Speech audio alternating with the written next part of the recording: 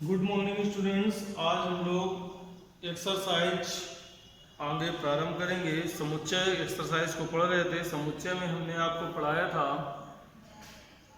Union of sets यानी कि समुच्चयों का यूनियन और इंटरसेक्शन ऑफ सेट्स समुच्चय का सर्वनिष्ठ या समुच्चय का इंटरसेक्शन।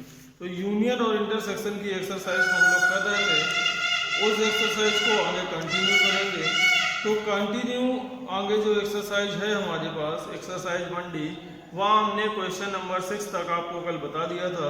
क्वेश्चन नंबर 6 में हमने बताया था कि क्वेश्चन नंबर 1 है उसमें जो समुच्चय दिए गए हैं उनका इंटरसेक्शन निकालना है। तो उसमें ये बता दिया था हमने कि x बराबर दिया है 1 3 5, y बराबर 1 2 3, तो x इंटरसेक्शन y निकालेंगे तो 1, 3 आ जाएगा। अब इसके बाद चलते हैं हम लोग क्वेश्चन नंबर 7 पर। तो क्वेश्चन नंबर 7 जो है आपका, क्वेश्चन नंबर 7 कह रहा है यदि a b c d दिए गए हैं, a बराबर है 3 5 7 9 11, a बराबर दिया गया है 3 5 7 9 11, ये है a का मान। इसके बाद b दिया गया है 7 9 11 13, b बराबर दिया गया है 7 9 11 13, तो a हो गया, b हो गया। c दिया गया है 11 13 15, c बराबर है 11 13 और 15, और अंत में d बराबर दिया गया है, d बराबर दिया गया है 15 17। जो d है d बराबर लिखा है 15 17। अब कह रहा है सबसे पहले a इंटरसेक्शन b का मान ज्ञात कीजिए। तो नंबर फर्स्ट में किसका मान निकालना है? a इंटरसेक्शन b का। तो a में क्या है 3 5 7 9 11, b में 7 9 11 13 है। दोनों में उभयनिष्ठ अवयव कौन कौन से? 7 दोनों में है, 9 दोनों में है और 11 दोनों में है। तो a इंटरसेक्शन b क्या हो जाएगा? 7 9 11। इसी तरह से b इंटरसेक्शन c निकालना है। जब b इंटरसेक्शन c की बात करेंगे तो b इंटरसेक्शन c में कॉमन क्या है? 11 कॉमन है और 13 कॉमन है। तो b इंटरसेक्शन c क्या आ जाएगा? 11। इसी तरह से थर्ड में कह रहा है a intersection c intersection d। तो a का पहले c से इंटरसेक्शन करा दें, तो a इंटरसेक्शन c पहले निकालते हैं। a इंटरसेक्शन c, तो a और c में कॉमन क्या है? 11। और फिर c a इंटरसेक्शन c निकल आया। अब इसका इंटरसेक्शन d से कराएं, तो d में है 15 17 और a इंटरसेक्शन c में आया था 11। तो a intersection c intersection d में कोई भी अवयव उभयनिष्ठ नहीं है, तो इसका आंसर क्या आ जाएगा? 5। इसमें कोई अवयव कॉमन नहीं है, इसलिए इसका आंसर क्या हो जाएगा? 5। नेक्स्ट a इंटरसेक्शन c पूछा है। a इंटरसेक्शन c ये आपने कैलकुलेट कर रखा है चौथे नंबर के लिए, तो इसका 11 हो जाएगा। b इंटरसेक्शन d की बात करें तो b और d में कॉमन क्या है? तो b और d में भी कुछ भी कॉमन नहीं, 7 9 11 13, ये 15 17 है। तो b इंटरसेक्शन d भी क्या आ जाएगा? 5 आ जाएगा। फिर नेक्स्ट कह रहा है 6 number a intersection b union c, इसको देख लेते हैं। तो नेक्स्ट है जो a इंटरसेक्शन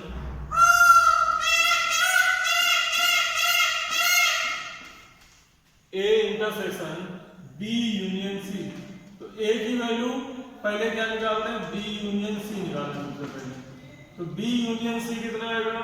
7 9 11 13, 7 9 11 13 और एक ऑब्जेक्ट कौन आ जाएगा? 15। अब इसका a से intersection, a intersection b union c। तो इसका a के साथ इंटरसेक्शन, तो इन दोनों में कॉमन कौन है? 7 9 11। तो a intersection b union c क्या आ जाएगा? 7 9 11। तो ये हो गया इसका 6 पार्ट। 7 में a इंटरसेक्शन d निकालना है, तो a और d में भी कुछ कॉमन नहीं है, तो ये भी 5 आ जाएगा। नेक्स्ट में A intersection B union D, तो बी और डी का यूनियन करा दें तो 7 9 11 13 15 17 आ जाएगा। और इसका इंटरसेक्शन कराना है ए से, तो फिर से यही आ जाएगा 7 9 11। तो कॉमन अवयव क्या आ जाएंगे, 7 9 11 आ जाएंगे। नेक्स्ट इसके बाद 9 में चलते हैं इसके, A intersection B union C.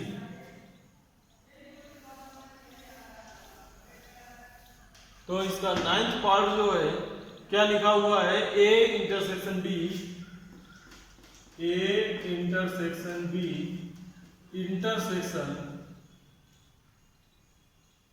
Union C. तो इसको हम सबसे पहले निकाल दें ए इंटरसेक्शन बी का मान। तो ए इंटरसेक्शन बी निकाल चुके हैं, कितना आया था 7 9 11। फिर बी यूनियन सी, तो वो भी अभी कैलकुलेट किया था, बी यूनियन सी कितना था 7 9 11 13 और 15। इन दोनों का इंटरसेक्शन, तो A intersection B union C. तो इन दोनों में कॉमन अवयव कौन है, तो यही कॉमन है 7 9 और 11। ये आपका 9 नंबर हो जाएगा। बिल्कुल इसी तरह से 10 नंबर करना है, वहां बी यूनियन सी तो यही हो जाएगा, और ए यूनियन डी करना है। ए यूनियन डी यानी कि 3 5 7 9 11 15 और 17, और उसके बाद उसका क्या कर देना है, इंटरसेक्शन। तो 7 9 11 के बाद इसमें 15 और बढ़ जाएगा। तो ये हो जाएगा आपका क्वेश्चन नंबर 7। क्वेश्चन नंबर 7 के बाद चलते हैं हम लोग क्वेश्चन नंबर 8 पर। तो क्वेश्चन नंबर 8 क्या कहता है, उसकी जरा चर्चा कर लेते हैं।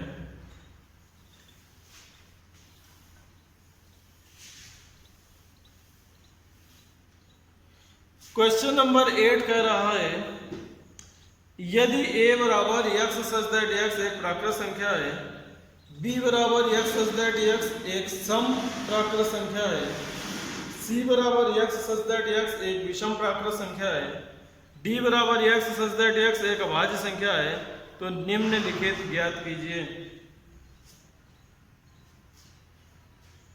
तो सवाल नंबर 8 का फर्स्ट है, a बराबर क्या है, x सच दैट x एक प्राकृत संख्या, b बराबर है x सच दैट x एक सम प्राकृत संख्या,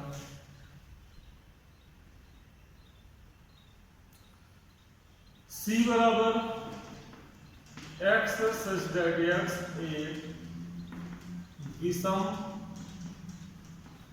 प्राकृत संख्या, d बराबर x सच दैट x एक अभाज्य संख्या है, अभाज्य प्राकृत संख्या। तो कह रहा है a इंटरसेक्शन b बराबर क्या होगा। अब ये बताइए, जो हमारी प्राकृत संख्या होती है वो कौन कौन सी होती है, 1 2 3 4 5 6 7 8 9, ये सब क्या है, प्राकृत संख्या है। तो ये जो प्राकृत संख्या है ये दो तरह की संख्याओं से मिलकर बनी होती है, सम संख्याएं और विषम संख्याएं। तो सम संख्या और विषम संख्या जब दो संख्याओं से मिलकर बनी है, तो हमें जब इंटरसेक्शन निकालना है तो कॉमन कौन मिलेगी, सम संख्याएं। जो ए इंटरसेक्शन बी होगा वो क्या होगा, x सच दैट x एक सम प्राकृत संख्या, क्योंकि जितनी भी सब सम संख्याएं हैं वो सभी प्राकृत संख्याओं में शामिल होती हैं। तो पहला जो सवाल है ए इंटरसेक्शन बी, वो आ जाएगा x सच दैट x एक सम प्राकृत संख्या। तो x सच दैट x क्या आ जाएगा, एक सम प्राकृत संख्या आ जाएगा। इतनी बात आ गई होगी आपके समझ में, तो ये क्या हो जाएगा, सम प्राकृत संख्या। इसके बाद नेक्स्ट है, तो ये जो सम प्राकृत संख्या है ये किसके बराबर है, b के बराबर है, यानी कि a इंटरसेक्शन b किसके बराबर आएगा, b के बराबर आएगा। a इंटरसेक्शन b बराबर हो गया किसके, बी के। सेकंड पार्ट इसका, सेकंड में क्या निकालना है, ए इंटरसेक्शन सी। तो जब ए इंटरसेक्शन सी करेंगे तो सी में क्या है, एक्स सच दैट एक्स एक विषम प्राकृत संख्या है। तो जब विषम संख्या निकालेंगे तो ए से विषम संख्याओं को चुनेंगे तो वो सी के बराबर आ जाएगा। तीसरा नंबर में कहा गया है A intersection D. A intersection D, intersection D का मतलब अभाज्य संख्या है। तो जब अभाज्य संख्या कॉमन लेंगे तो कॉमन में अभाज्य संख्या ही आएंगी। तो ए इंटरसेक्शन डी किसके बराबर आ जाएगा, डी के बराबर आ जाएगा। फिर नेक्स्ट कर रहा है नंबर 4। नंबर 4 में कहा गया है बी इंटरसेक्शन सी। तो बी समुच्चय है सम संख्याओं का, सी समुच्चय विषम संख्याओं का। तो सम और विषम संख्याओं में कोई भी संख्या उभयनिष्ठ नहीं होती, क्योंकि सम संख्याएं अलग होती हैं और विषम संख्याएं अलग होती हैं। तो बी इंटरसेक्शन सी क्या हो जाएगा, 5 हो जाएगा। तो बी इंटरसेक्शन सी का मान हो गया 5। नेक्स्ट कह रहा है बी इंटरसेक्शन डी। तो सम संख्या और अभाज्य संख्या। तो क्या कोई अभाज्य संख्या सम संख्या होती है, क्या कोई सम अभाज्य संख्या होती है? तो केवल दो ऐसी संख्या है जो कैसी होती है, सम अभाज्य होती है। तो बी इंटरसेक्शन डी में क्या आ जाएगा, 2 आ जाएगा। तो बी इंटरसेक्शन डी में क्या आ जाएगा, 2। और अंत में सी इंटरसेक्शन डी। तो सी इंटरसेक्शन डी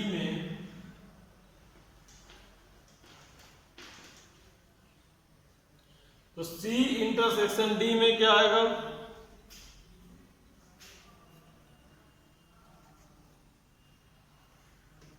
तो सी इंटरसेक्शन डी में सारी संख्याएं आएंगी जो अभाज्य हो और कैसी हो, विषम हो। तो एक कौन सी अभाज्य संख्या है, विषम अभाज्य संख्या होती है 2, सम अभाज्य संख्या 2 को छोड़कर बाकी सभी अभाज्य संख्याएं इसमें आएंगी। तो सी इंटरसेक्शन डी में लिखेंगे या विषम अभाज्य संख्या, अभाज्य के साथ कैसी होनी चाहिए, विषम। तो विषम अभाज्य संख्या। तो ये हो गया आपका क्वेश्चन नंबर 7।